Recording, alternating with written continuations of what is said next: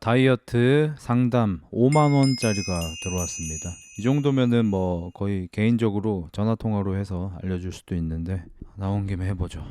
병진이 30살이고 3대 450까지 쳐봤음. 지금 183에 96까지 쪘음. 기숙사에서 공부하고 있고 식단이 5,000원짜리 직원 식당이라 막막하네요. 트랙이랑 싸구려 헬스장은 있습니다. 형이 시키면 좀 빡세게 할 것도 같네요. 83 정도까지 빼는 게 목표입니다. 3-4달 안에요. 이 녀석 내가 진심으로 상담해주게 만들었어. 실망하실 수도 있는데 그냥 솔직하게 말씀드려요? 아니면 뭐 돈도 내고 했으니까 상처 안 받게 뭐 이렇게 좋게 좋게 동글동글하게 해요. 당신이 정하세요. 답이 없으니까 제 마음대로 하겠습니다. 이름을 병진이가 아니라 시옷자로 바꿔야 하지 않나 싶을 정도의 질문이에요. 물론 당신은 답답하겠죠. 하지만 병진이라는 이름이 아깝게 학교 다닐 때 별명으로 불렸던 그걸로 정식으로 개명을 해야 되지 않나 싶을 정도로 바보 같은 질문이에요. 당신이 하는 질문이 왜 바보 같을까요? 만약에 공부를 해본 적도 없는 똥멍청이가 형 저 고3이고요 내일 모레 수능 보는데 서울대 어케감? 라고 한다면 많이 어렵겠죠. 근데 어떤 친구가 형 저 반에서 5등 안에는 항상 들고요 뭐 모의고사 같은 거 봐도 뭐 인서울 정도 뜨거든요. 근데 제가 집 앞에 있는 지방 거주 공립 4년제 대학교를 가고 싶은데요. 갈 수 있을까요? 어케 가요? 라고 물어보면 어떻게 생각하시겠습니까? 이 능지 약간 이런 느낌 들지 않겠습니까? 자, 보세요. 이미 해본 3대 450까지 드는 게 96에서 83 정도까지 빼는 것보다 더 어렵습니다.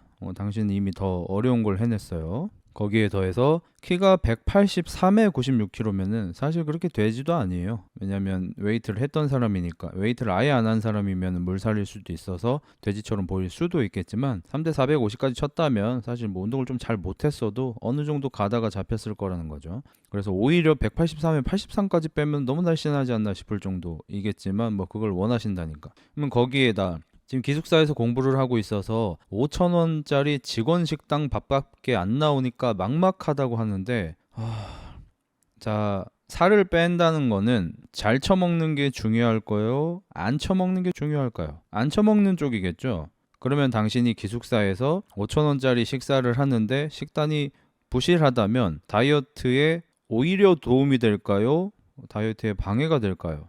오히려 좋겠죠. 형 저 다이어트 해야 하는데 기숙사에서 밥이 나오고 있는데 밥이 존나 맛있어요. 이거 흑백 식당에 나왔던 백반 마스터 아주머니가 오신 것처럼 밥이 존나게 맛있어요. 미칠 것 같아요. 밥이 너무 맛있어서 못 끊겠어요. 라고 한다면 뭐 욕은 하겠지만 얼추 이해를 하겠는데 밥이 부실하다는 듯이 지금 쓰셨잖아. 밥이 부실하면 안 드시면 돼. 굶고 살 빼면 요요 오지 않나요? 요요는 살이 빼본 사람이 겪을 수 있는 축복 같은 겁니다. 요요가 존재하기 때문에 다이어트의 가치가 높아지는 거예요. 요요가 없다면 다이어트는 그냥 밥이겠죠. 근데 심지어 빼본 적도 없는 새끼가 요요 걱정을 한다. 저는 이렇게 보통 표현을 해요. 거지 새끼가 상속세 걱정한다. 거지 새끼가 종부세 걱정한다. 이런 느낌이죠. 요즘 회사에서 월급 너무 많이 주는데 이러다가 종부세 내는 거 아니야? 안 냅니다. 집을 사야 내죠. 못 내요. 그래서 다이어트를 이제 시작하는 사람들이 요요 걱정을 하고 있다? 요요를 겪어본 적이 있는 사람이 아니면 솔직히 쓰잘데기 없는 걱정입니다. 그리고 이게 가장 중요한데요. 어떤 분들은 요요는 그래도 중대사항 아닙니까? 라고 말할 수 있습니다. 중대사항이 맞습니다. 근데 왜 제가 이렇게까지 요요를 별거 아니게 취급하냐? 요요는 어차피 옵니다. 요요는 어차피 와요. 그러니까 뭐 굶어서 뺐다, 뭘 운동을 어떻게 하면서 뺐다, 운동을 안 하면서 뺐다, 어쩌고 저쩌고 해서 뺐다, 뭐 등등등 아무리 얘기를 해도 요요는 어차피 오는 겁니다. 피해갈 수 없는 거예요. 옛말에 이런 얘기가 있어요. 죽음과 세금과 요요는 늦을수록 좋다. 그 말인즉슨 죽음과 세금과 요요는 피할 수 없다는 거예요. 뒤로 미룰 뿐. 그러니까 님이 어떻게 다이어트를 해도 어차피 요요는 와요. 그러니까 그냥 하세요.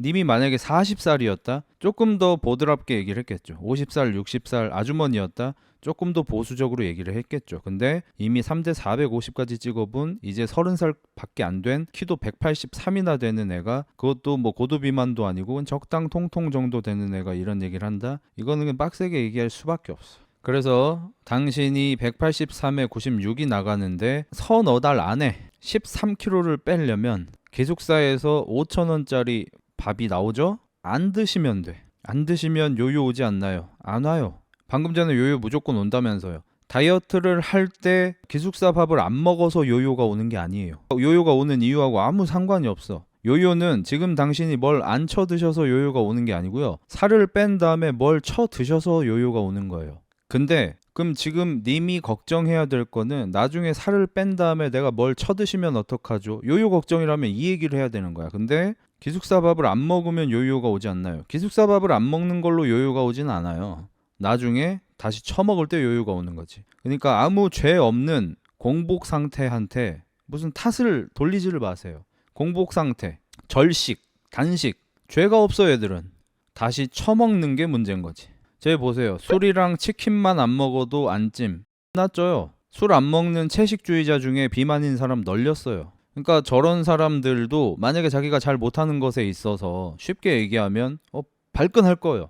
긁 이러면서 막 나올 거야. 근데 본인이 살을 빼는 거를 쉽게 생각하니까 남들한테 쉽게 얘기를 하잖아요. 원래 인간이 그래. 저 사람만 특별히 저런 게 아니고. 뭐 나도 마찬가지일 거고. 술하고 치킨만 안 먹어도 살 빠진다? 그렇지 않죠. 채식주의자 중에 비만 널렸죠. 스님들도 나이가 좀 있으신 분들은 굉장히 높은 확률로 좀 체중이 많이 나가시죠.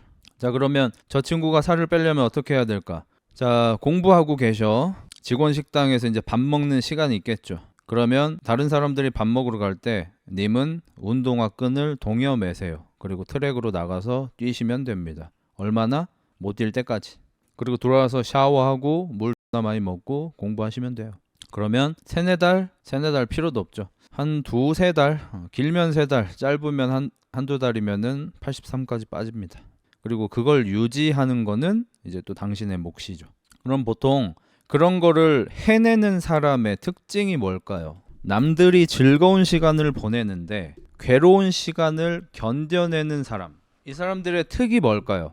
뭐 많은 분들이 뭐 의지력이 뛰어나다, 막 열정이 있다, 정신력이 좋다, 막 이런 식으로 표현을 많이 하시잖아요. 근데 저 개인적으로 이런 사람들 중에 가장 많이 보였던 유형은 뭐냐면 내가 그걸로 우월감을 느낄 때, 내가 특별한 사람이라는 감정을 느낄 때입니다. 저 역시 그랬고요.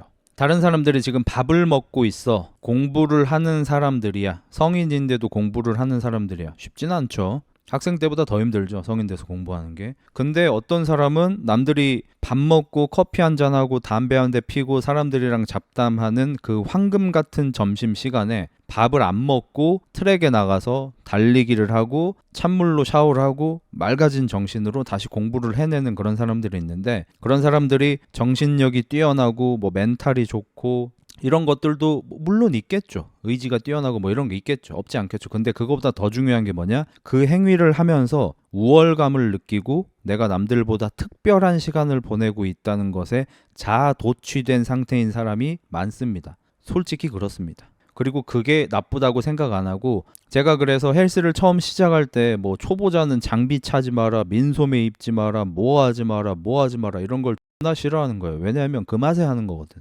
그 맛에 하는 거야. 남들이 봤을 때는 밥이야? 근데 내가 거울로 봤는데 내 몸이 좋아. 그러면 운동하고 싶은 거예요. 반대로 남들이 아무리 너 몸 좋다 하는데 거울 볼 때마다 부족한 거밖에 안 보여? 계속 몸이 퇴화하는 것 같아? 이러면 운동하기 싫은 거예요. 잘한다 해야지 사람이 하고 싶어져. 그러니까 무언가를 할 때 나한테 좀 빠져 있어야 돼. 나 잘할지도 이렇게 빠져 있으셔야 돼. 그래서 제가 소시오패스나 나르시시스트나 이런 사람들한테도 배울 점이 있다고 했잖아요. 여기서는 나르들한테 배울 점이 있는 거죠. 나르들은 메타인지가 개 박살이 나 있어요. 그래서 남들이 봤을 때는 밥인데 자기는 잘하는 줄 알아. 진심으로. 거짓말이 아니고. 진짜 진심으로 자기가 지금 운동을 잘하는 줄 알아. 남들이 봤을 땐 X밥인데. 저도 어렸을 때 보고 좀 꼴보기 싫었던 그런 분들이 계셔. 그분들이 아마 나르 끼가 있는 분들이셨겠죠. 제가 봤던 사람들 중에 어떤 사람은 한여름이 아닌데도 봄이나 가을까지도 겨울만 빼고는 그 사람은 운동을 뭐 한 세트하고 복근 한 세트하고 뭐 한 세트하고 복근 한 세트를 무조건 해요. 그래, 본인 복근에 엄청난 자부심이 있어. 내가 봤을 땐 그냥 멸치야. 그냥 말라 비틀어졌기 때문에 복근이 보이는 거고, 어쨌든 복근 운동을 많이 하시니까 복근이 다른 부위에 비해 잘 발달된 건 맞긴 한데, 그렇다고 뭐 그렇게 막 몸이 좋고 예쁘고 이러지는 않아. 근데 그 사람은 자기의 복근에 완전히 심취해 있어. 그래서 헬스장을 거닐 때 플러스, 목욕탕에서 씻을 때 플러스, 옷 입을 때, 옷 벗을 때, 화장실에서 오줌 쌀 때 항상 배를 쪼고 있어. 항상 이러고 있어. 남자 아이돌들 배가 노출되는 의상을 입고 음방 무대 마지막 엔딩 하는 것처럼 배를 이렇게 쪼고 있어. 거의 24시간 잘 때 빼고 계속 쪼고 있는 것 같아. 그리고 그 사람이, 제가 좀 특히 꼴보기 싫었던 게 뭐냐면, 헬스가 끝나고 이제 밖으로 집에 갈 거 아니야. 헬스장 밖으로 나갈 때 항상 셔츠나 자켓 같은 걸 걸치는데 배가 보이게 잠그지를 않아요. 진짜요. 이런 분을 진짜로 봤어요. 운동하고 목욕탕에서 씻고 신발 신고 나가잖아. 엘리베이터 타고 이제 나가야 될 거 아니야. 자켓이면 지퍼를 안 올려. 셔츠면 단추를 아예 안 잠고, 한 개도 안 잠고 그냥 이렇게 열어놔. 배하고 가슴이 다 보여요. 그냥 그 상태로 나가서 엘베를 잡고, 엘리베이터 안에서 안 보는 척 하지만 그 엘베 거울을 존나게 보면서 아주 느린 속도로 단추를 잠근다든지 아주 느린 속도로 지퍼를 올린다든지 해요.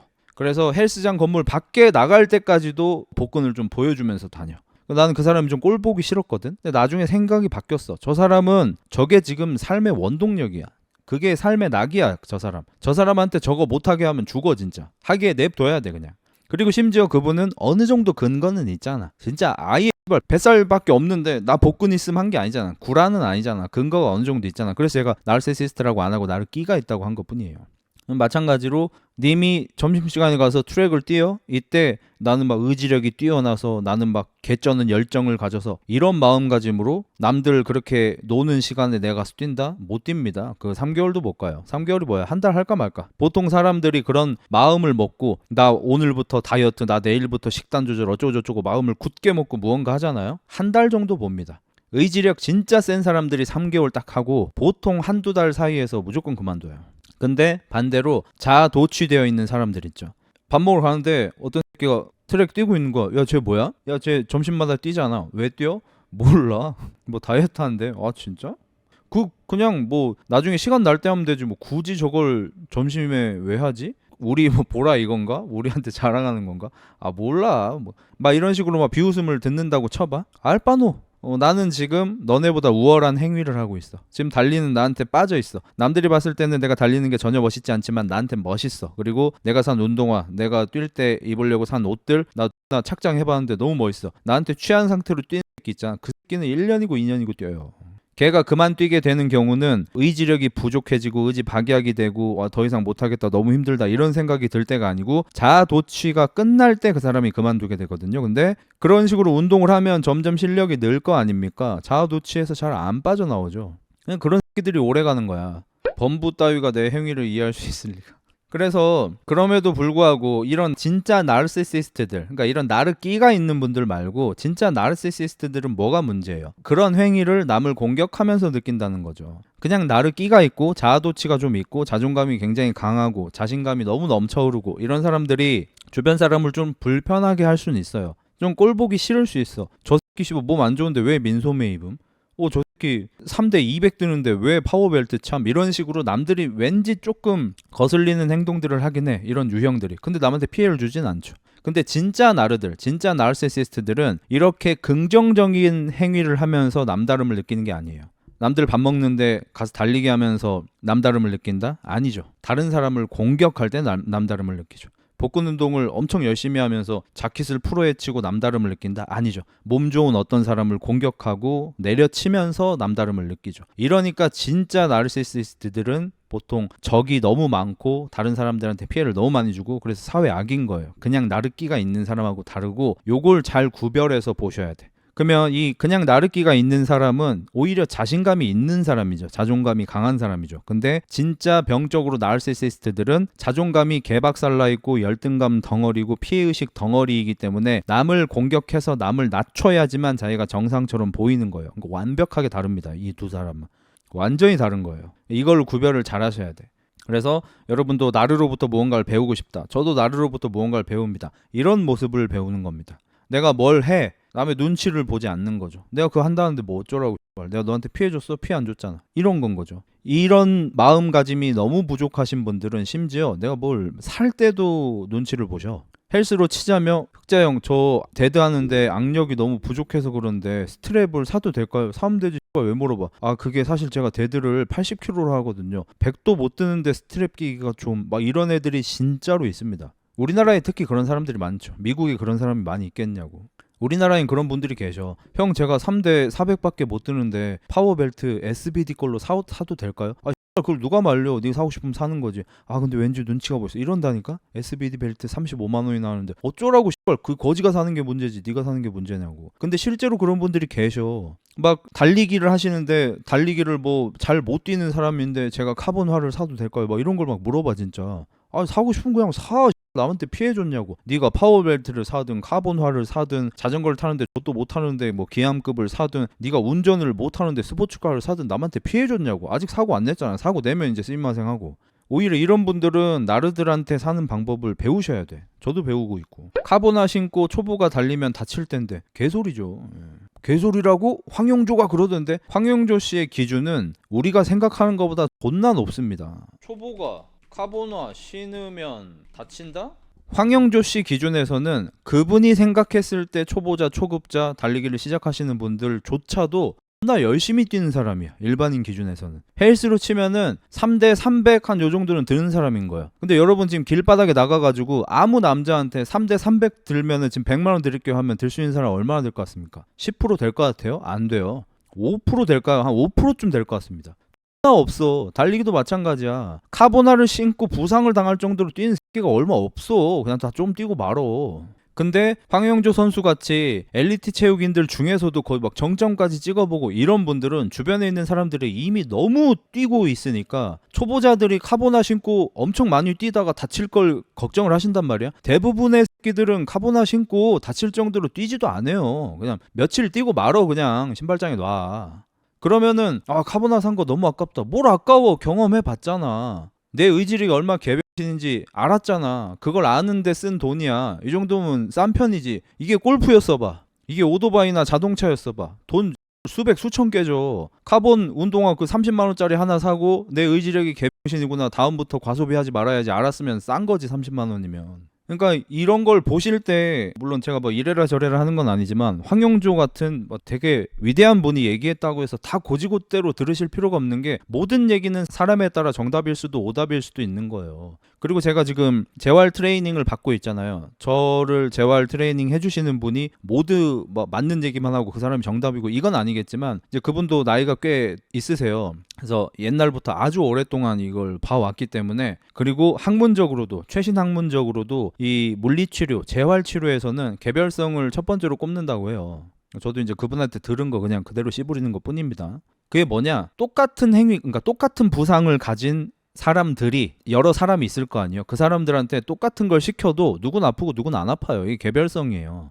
그러면 초보자든 중급자든 상급자든 누구는 카보나 신으면 다치는 거고 누구는 그냥 안 다치는 거예요. 초보라서 안 다치고 초보라서 다치고 상급자라서 안 다치고 상급자라서 다치고 이게 아니고 물론 그 비율은 좀 차이가 나겠죠. 카보나를 신었을 때 초보자가 다치는 비율이 더 높겠죠. 상급자가 더 안 다치는 비율이 더 높겠죠. 근데 이걸 개별성으로 보면은 내가 상급자인데 카보나 신고 다쳤어. 그럼 나한테는 카보나는 개X인 거야 그냥. 그럼 그게 중요한 거지 전반적인 통계가 중요한 게 아니야. 내가 중요한 거잖아. 내가 다치냐 안 다치냐 나한테 맞냐 안 맞냐가 중요한 거잖아. 그러니까 내가 카보나를 신을까 말까 고민을 하고 있는데 어떤 전문가가 초보자가 신으면 별로 안 좋대? 그럼 안 신어야겠다. 겁내고 안 신다. 난 이거 추천하지 않아요. 그냥 신어보세요. 궁금하잖아 씨발. 제가 최근에 뭐 자전거나 자동차나 오토바이 같은 걸 쇼핑을 했어. 여기서는 고민을 진짜 많이 할 수밖에 없는 게 오토바이는 한 번 잘못 사면 씨발 1,000만 원 날아가. 차는 한 번 잘못 사면 한 2천만 원 날아가. 막 이렇게 돼버려. 자전거도 한 번 잘못 사면 수백만 원 날아가는 거고. 근데 카본 운동화 고작 30만 원짜리 그걸로 내가 어떤 새끼인지 알아보는데 쓴다? 그게 뭐 그렇게 큰 소비야? 내가 요즘에 돈 좀 번다고 싸가지 없는 소리 하는 거야? 아닌 것 같은데? 제가 오토바이 살 때도 어떤 오토바이를 살지 엄청나게 고민을 많이 했거든요. 그러고 나서 제가 내린 결론이 뭐냐면 사고 싶은 거 사자예요. 내가 예를 들어서 배거를 사고 싶었어. 근데 어떤 사람들이 배거 오토바이가 너무 무거워서 초보자가 타기에는 좀 그렇습니다. 그 오토바이 355kg에 너무 무거워요. 아무리 흑자님이 힘이 세도 그 오토바이를 300kg가 넘어가면 힘으로 컨트롤할 수 있는 게 아니니까 초급자가 타기에는 좀 너무 어렵고, 지금은 뭐 트라이엄프에 뭐 이 정도 cc 어떻겠습니까? 뭐 이런 얘기를 막 한다고 쳐. 만약에 내가 트라이엄프 그걸 사잖아? 씨발 머리에 계속 배거 생각밖에 안 나. 자전거를 타는데 내가 뭐 1000만원짜리 자전거를 사고 싶어. 딱 봤는데 꽂혔어. 그냥 와 너무 영롱하다. 룩 572 씨발 너무 영롱하다. 너무 사고 싶다. 꽂혔어. 근데 많은 사람들이 너 자전거 처음 사지? 처음부터 이런 거 살 필요 없고 이러면서 애매하게 한 250, 300짜리를 샀잖아? 머릿속에 그 자전거밖에 생각이 안 나. 씨발 거. 근데 내가 사고 싶은 걸 샀어. 그 소비가 실수였다 하더라도 알았잖아. 나랑 안 맞네 그거. 알았잖아. 그 다음부터는 미련이 없어요. 그러니까 그냥 사고 싶은 거 사셔. 살 수 있는 능력이 있으면. 능력 없는데 사진 마시고. 내가 능력이 없는데 무언가를 꿈꾸고 있잖아. 그건 미친놈인 거고, 뭐 좋게 미친 거일 수도 있지만, 사고 싶은 거 사셔. 고작 운동화 하나 사는데 솔직히 병한다 이 생각밖에 안 들어요. 저는 한번 신어보고 때문에 딴 거 사면 되지. 막 그런 욕을 많이 하잖아. 처음부터 끝판왕급 막 뭘 산 사람들, 막 아저씨인데 자전거 처음 타는데 기암급 2천만원짜리 로드바이크 샀어. 그런 사람들 욕 많이 하잖아. 그럼 그분이 500짜리 자전거 샀으면 행복해지는 거야? 그분이 500짜리 자전거, 자기 수준에 맞는 자전거 샀으면은 자전거 더 열심히 타게 되는 거야? 뭐가 더 이득이 생기는 거야? 1500 굳었잖아요. 그 아저씨한테 1500이 그렇게 큰 돈이 아니니까 2000짜리 기암급을 사지 않았을까? 그리고 그 자전거 없어지는 것도 아니고 나중에 팔면 되는데 어차피. 아니 2000만원짜리 로드바이크 타다가 안 타고 먼지만 쌓여. 1500에 팔면 되잖아. 와 500만원 개 아깝다. 그 사람한테 500이 너한테 500하고 가치가 다르겠지. 그 사람은 한강에 자전거를 끌고 나가는데 싼 자전거를 타서 가오가 죽는 그 기분이 그 사람한테는 500만원, 1000만원 차이보다 더 클 수도 있는 거야. 그리고 좀 웃긴 게 뭐냐면 요즘에 이제 커뮤니티 같은 데가 이제 젊고 어린 친구들이 많이 하다 보니까 좀 현실성이 없는 조언들을 좀 많이 해주잖아요. 대표적인 예가 형들 마티즈 살까요? 캐스퍼 살까요? 라고 물어봤는데 그 돈씨 하면서 결국엔 벤츠 E클래스 정도까지 가는 것처럼 320D 정도까지 가는 것처럼 실제로 자기가 그런 차를 사기 위해서 고민만 해보고 실제로 사보지 않은 애들이 그 돈씨 하면서 점점 올려가지고 사람을 카푸어로 만들어버리잖아. 근데 존나 웃긴 게 뭐냐면 실제로 하고 있는 것에 대해서는 사람들이 존나 보수적이게 되고 되게 공격적이게 되고 사람들의 깜냥을 엄청 찾는다니까. 캐스퍼하고 마티즈 알아보던 사람한테 320D나 E클래스가 필요가 없잖아. 그 사람 그거 소화도 못해 그 차 어차피. 근데 그런 소비를 촉구하잖아. 근데 내가 자전거를 타는 사람이야. 나는 자전거를 나 그 각계로 구매해가지고 드래곤볼 해가지고 겨우겨우 풀카본 맞췄어. 나 189만원에 풀카본 맞춘 내가 너무 자랑스러운 이런 상태야. 근데 어떤 자전거 개 못하는 새끼가 한 550만원짜리 풀카본 자전거를 지르려고 해. 야 너 이제 자전거 시작하는데 풀카본? 네가 카본의 탄성을 이용할 수나 있을까? 그냥 처음에는 입문용으로 클라리스로 메리다 같은 데에서 89만원짜리 그런 거 사. 뭐 이러면서 개X를 떤다니까. 차 살 때는 그 돈 씨하면서 벤츠 BM까지 올리던 새끼들이 지가 헬스를 해? 어떤 사람이 헬스를 시작했어? 나 기왕 시작하는 거 제대로 시작하고 싶어서 SBD 풀세트 맞추고 싶어. SBD 발목 보호대, 무릎 보호대, 파워벨트, 엘보 보호대, 손목 보호대 풀로 사니까 한 200 얼마쯤 하는데 이거 살까 말까. 야 네가 이 집 3대 몇 들고 이제 헬스 시작한 지 얼마 됐는데 네가 SBD가 필요하겠냐? 야 그런 거는 최소한 3대 450은 들고 3대 1000 파우더는 들고 써야지. 이 연병을 한다니까. 남이사 쓰든가 말든가. 남이사 쓰든가 말든가. 이게 이제 운동화는 더 심해져. 그러니까 거짓일수록 점점 더 심해지는 거야. 이거 가지고 나한테 뭐라고 할 사람들 있을 거예요. 이 흑자 이 선민의식 생겼네 이렇게 생각하시는 분들도 계실 텐데 선민의식 같은 소리 하고 있네. 이게 가격대가 떨어지는 곳에 가면 갈수록 그게 더 심해져요.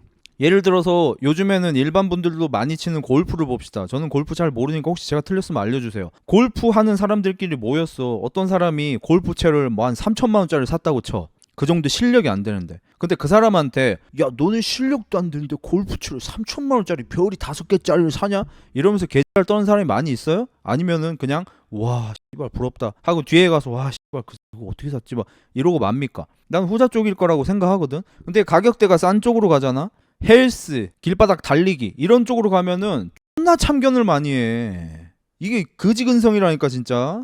차도 진짜로 여유 있는 사람들이면은 누가 람보를 사든 뭐 페란페를 사든 나발이든 차 누가 뽑아서 갖고 왔어. 다 여유 있는 사람들이야. 그러면 와, 이 차는 어때요? 내 거보다 싼 거 샀다고 해서 얕볼 것도 없고 내 거보다 비싼 거 샀다고 해서 막 엄청 우러러보거나 시기하거나 이런 것도 없고 그냥 가서 와, 안에 한번 봐도 돼요. 와, 이거 이렇게 바뀌었구나. 와, 잘 어울리십니다. 이러고 말잖아. 근데 꼭 그 새끼들이 중고차에서 1,000만 원, 1,500만 원, 2천만 원 그런 거 사면서 씨발 그 돈이면 씨, 그 돈이면 씨, 그 돈이면 씨 이랄 하고 있다고. 그래서 아까 얘기 잠깐 보태보자면 여기 이런 거 할 때 자뻑이 되게 중요하다고 말했잖아요. 제가 예전에 제 방송에서 뒷담화까지 깠던 사람이 있는데 옛날에 사귀던 여자친구가 아파트에 살았어. 그래서 내가 데리러 가거나 데려다 줄 때나 그 아파트에 이제 많이 거기 있었단 말이야. 근데 거기서 한 서너 번 본 사람인데 그 아파트가 좋은 아파트가 아니에요.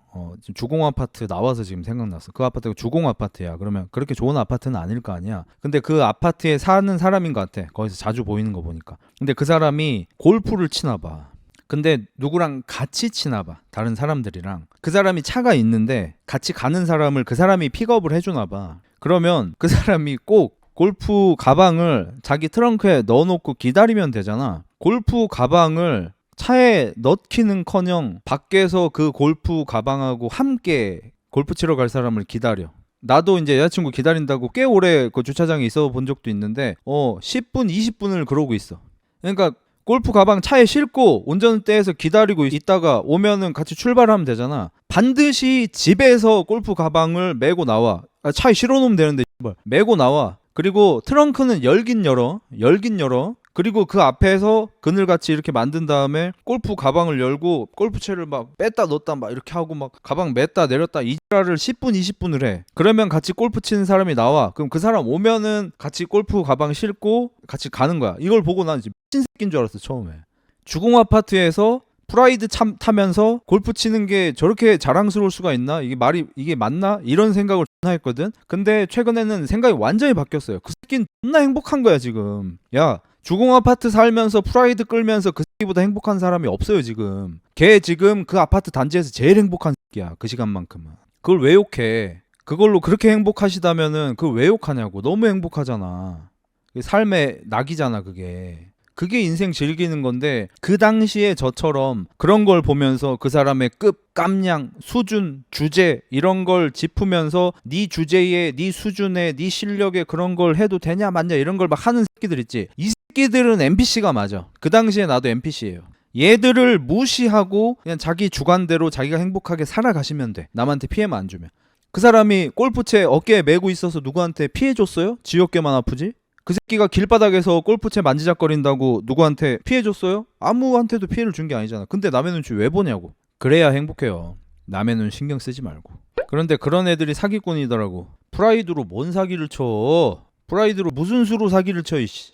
그냥 그렇게 행복하게 사는 애인데 뭘 사기꾼으로 만들고 있어. 근데 지금 우리나라는 이제 비교 문화가 굉장히 뭐 진짜 절정에 달해 있고 앞으로 조금씩 바뀌지 않을까 싶기도 해요. 요새 저처럼 생각하는 사람이 늘어나고 있는 것 같아서. 그리고 우리나라도 이제 내년부터는 미성년자인가 아니면 뭐 몇 세 이하인가 아무튼 학생들 SNS를 비공개로 의무적으로 한다고 하죠. 옛날에는 학생들 SNS도 일반적인 SNS 계정들처럼 이게 뜨게 돼 있고 뭐 이렇게 잘 나가고 이런 사람들 피드에 뜨고 막 이랬어서 학생들 사이에서 상대적 박탈감을 많이 느끼고 부모님들의 등골을 휘게 만드는 그런 것들이 좀 심했잖아요. 근데 이제 SNS 학생들 계정은 비공개가 된다고 합니다. 그래서 서로 이렇게 맞바라는 사람들한테만 보이고 일반적인 사람들한테는 안 보이게 바뀐다고 해요. 너무 잘 된 거라고 생각합니다 저는. 이게 유튜브도 어린이 채널에 한해서는 굉장히 다른 방식으로 돌아가거든요. 일반 채널하고 어린이 채널은 아예 그냥 다른 유형의 사업자로 분류되는 것처럼 되는데 이것도 굉장히 잘 되고 있고 바람직한 거죠. 이게 저번에 말씀드렸다시피 제 처남이 지금 초등학생이란 말이에요. 근데 그 처남이 최근에 약간 말썽이 있었나 봐. 뭐 큰 건 아니고 자전거를 자꾸 사달라고. 그럴 수 있죠. 저도 어렸을 때 자전거 사고 싶었고 저도 5학년 때부터 6학년 때까지 모은 돈으로 제가 6학년 끝날 때쯤인가 자전거를 제 돈으로 샀었거든요. 정말 행복했고 그 자전거를 중학교 3년 내내 엄청 맛있게 잘 타고 다녔었는데 자전거를 사달라는 거야. 근데 뭘 사달라고 하냐? 룩 564. 룩 564라는 픽시 자전거예요. 얘가 가격이 한 500만 원 정도 나갑니다. 이 픽시 자전거인데요. 프레임만 300 얼마쯤 하고 자전거 500만 원 정도예요. 근데 초등학생인 처남이 이 자전거를 갖고 싶다고 사달라고 하는 거예요. 이런 게 이제 SNS의 폐해죠. 어른들 타는 자전거입니다. 룩은 엄청 유명한 브랜드입니다. 꽤 고가의 브랜드예요. 거의 뭐 S워크급인 것 같아. 거의 뭐 S워크급은 아니긴 한데 거의 느낌이 그래. 학생들 사이에서 S워크급이야.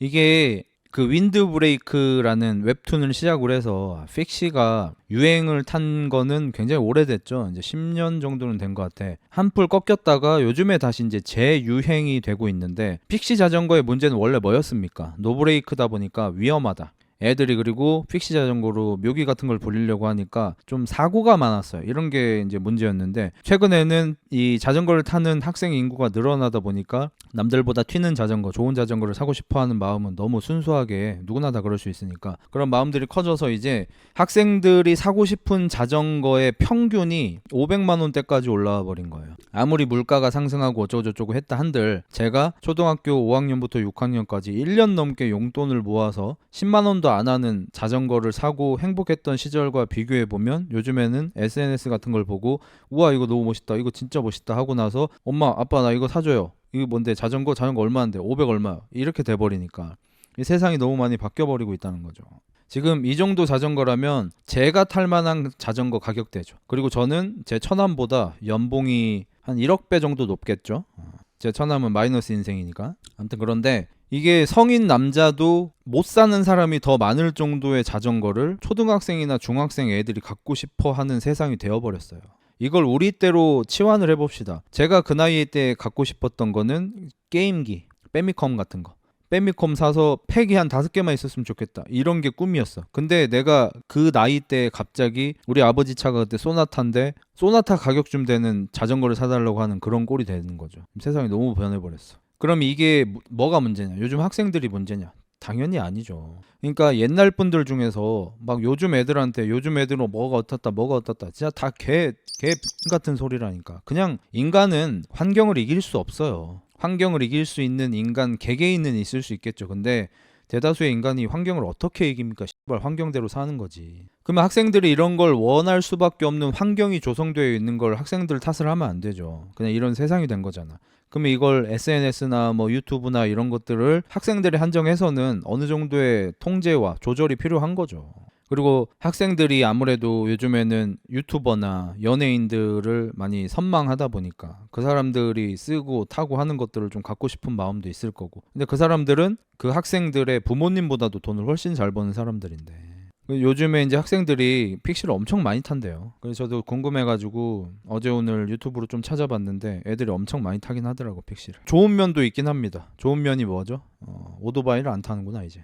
우리 때는 오토바이였거든. 물론 초등학교 때 타진 않는데, 솔직히 초등학교 때도 타긴 탔습니다. 우리 시골이어가지고. 시골이라 초등학생인데도 그때 뭐 CT100이랑 50cc짜리 무슨 스쿠터 있어, 다방에서 많이 쓰는 거. 그런 거를 타는 초등학생 내 친구들이 있었어요. 집에 그냥 아빠 그냥 타라고 해. 어디 심부름 보내고 막 이럴 때 뭐 아빠한테 뭐 이것 좀 전해주고 와 이럴 때 애가 가기 힘들잖아. 뭐니까 뭐 오토바이 타고 가는 거예요. 내 친구도 오토바이 잘 탔어. 나도 뒤에 타봤고. 그리고 중학생 중에서 이제 아주 많이 까진 친구들이 이제 CB125 같은 혼다에서 나오는 125cc 짜리 R차 이런 걸 사려고 노력했고, 이제 그런 친구들을 종종 잃었죠, 우리가 오토바이 사고로. 그런 시절이었어. 그래서 지금 이게 그래도 자전거로 이렇게 된 거가 좀 다행일 수도 있다, 이런 생각이 드는 게, 여러분 만약에 지금 중고등학생들이 전부 오토바이 몰고 지금 길바닥 돌아다니고 있다고 생각해 보세요. 지옥이야, 지옥.